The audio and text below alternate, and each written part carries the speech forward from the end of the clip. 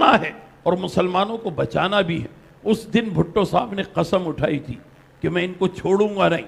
چنانچہ پھر یہ کارروائی چلتی رہی اور کتابیں پیش کی جاتی رہیں، یہاں تک کہ وہ کتابیں بھی پیش کی گئیں جس میں خود مرزا غلام احمد قادیانی نے 1,24,000 انبیاء و مرسلین علیہم السلام اجمعین کا مبیش ان کی شان میں بھی گستاخیاں کی، حضرت عیسیٰ علیہ السلام کے نام اور نسب پر تنقید کی ہے اس نے۔ تو وہ ساری باتیں سامنے لائی گئیں جس پر سب نے کہا کہ یہ تو کفریہ عبارات ہیں، اور پھر اسی انداز میں اور بھی اللہ سبحانہ و تعالی عز و جل کی تقدیس الوہیت پر جو اس نے بات کی۔ پھر اس نے کہا کہ میں خود محمد ہوں اور میم کے پردے میں میری ہی جلوہ گری ہے، اور اصل میں جو عرب میں آیا تھا وہ مجھ سے چھوٹے درجے کا تھا نعوذ باللہ، اور میں جو قادیان میں اترا ہوں محمد یہ بڑے درجے کا محمد ہے۔ اس انداز سے اس نے گستاخانہ جو باتیں کی ہیں وہ سب وہاں پر اجاگر کی گئی۔ یہ طے ہوا کہ یہ کفریہ باتیں ہیں۔ اب مرزا ناصر احمد جو اس کا پوتا ہے وہ دفاع کرے اپنے دادا کی ان عبارات کا اور ان کفریہ عبارات کا جواب دے۔ چنانچہ وہ جواب دینے کے لیے 6 ستمبر کو اس نے کہا کہ میں کل جواب دوں گا۔ تو وہاں پر اس وقت قائم مقام قائد حزب اختلاف کے طور پر، کیونکہ ولی خان حیدرآباد کی جیل میں تھے، اصل قائد حزب اختلاف وہ تھے، تو قائم مقام کے طور پر وہاں مفتی محمود صاحب تھے۔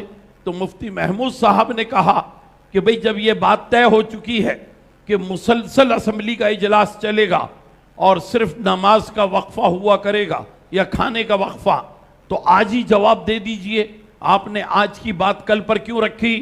تو مرزا ناصر احمد نے پلٹ کر بڑا تاریخی جملہ کہا تھا۔ اس نے کہا مفتی صاحب خاموش رہیے، اس لیے کہ یہ آپ کے روحانی استاد قاسم نانوتوی کا شاخسانہ ہے، جس نے اپنی کتاب تحذیر الناس میں باب نبوت میں دراز ڈالی، نقب لگائی، ورنہ میرے دادا کو شوق نہیں تھا نبی بننے کا، یہ آپ کے روحانی استاد نے کیا، جس کی وجہ سے میرے دادا نے انگریزوں کے کہنے پر یہ ساری کارروائی کی۔ تو یہ بات اس نے بول دی تو وہ مفتی محمود صاحب گردن جھکا کر کے بیٹھ گئے۔ علامہ عبد المصطفیٰ الازہری رحمۃ اللہ تعالی علیہ وہ تو بزلہ سنجی کے انداز میں کوئی بھی مزاح کا وقت آ جائے تو چوکا نہیں کرتے تھے۔ انہوں نے فوراً کہا کہ بھئی مفتی صاحب آپ کی گردن جھک گئی، یہ تو بتائیے لعنت کا کون سا توق آپ کے گلے میں پڑ گیا کہ آپ کی گردن اتنی جھک گئی ہے۔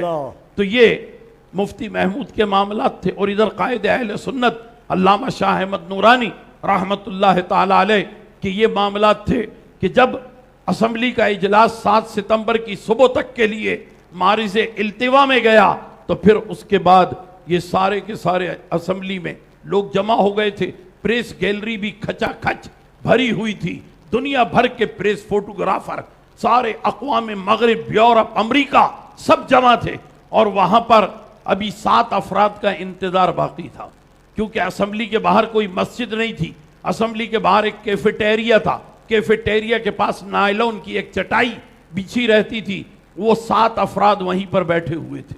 ان 7 افراد میں ان کے نام لیتا ہوں اور انہیں سلام عقیدت پیش کرتا ہوں۔ علامہ شاہ احمد نورانی، مفتی ظفر علی نعمانی، حضرت علامہ عبد المصطفیٰ الازہری، حضرت علامہ سید محمد علی شاہ رحمت اللہ تعالی علیہ، حضرت مولانا محمد ذاکر آف جھنگ جامعہ محمدی، اور علامہ سید شاہ محمود گجراتی مراڑیاں شریف گجرات کے، یہ سارے کے سارے وہاں موجود تھے۔ نورانی میاں دعا فرما رہے تھے۔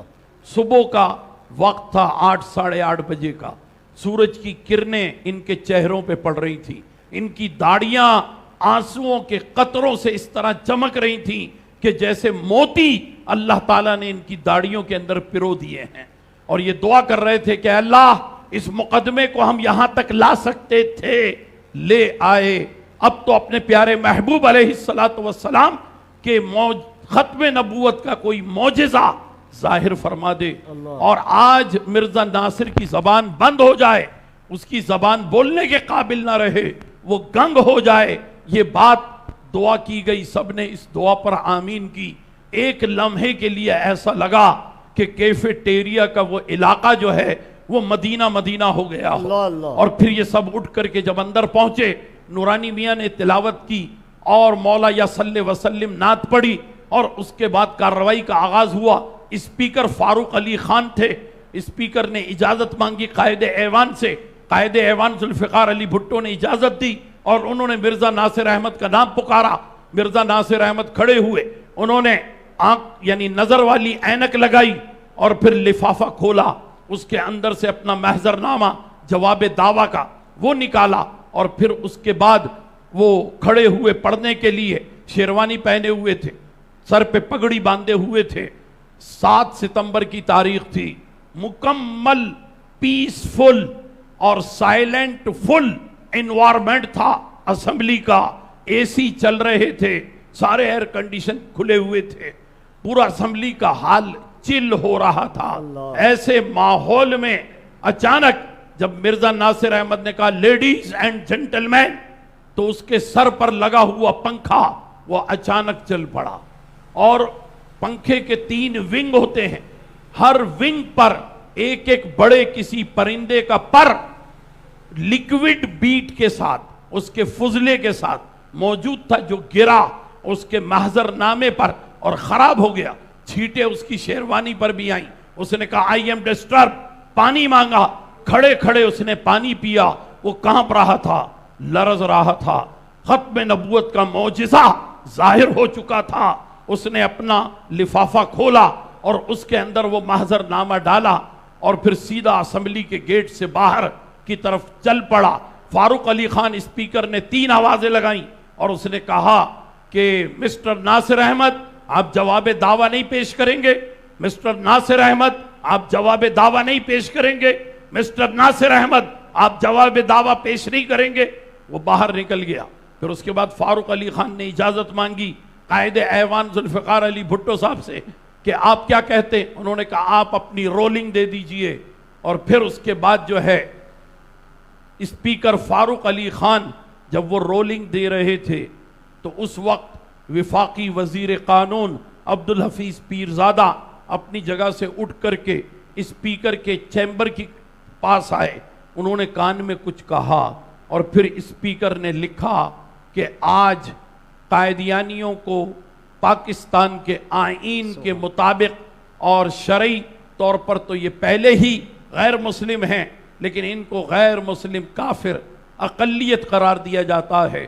مولانا شاہ احمد نورانی رحمت اللہ تعالی علیہ کی پیش کردہ قرارداد کے مطابق مرتد بولنا چاہیے تھا. غالباً عبدالحفیظ پیرزادہ نے توجہ دلائی کہ مرتد نہ کہا جائے، کیونکہ مرتد کہہ دیں گے تو پھر ہمیشہ کے لیے قائدیانی پاکستان چھوڑ کر کے بھاگ جائے گا، کیونکہ جو جس کے پڑوس میں ہوگا وہ سنی مسلمان اس کو زندہ نہیں چھوڑے گا. مرتد واجب القتل ہوتا ہے.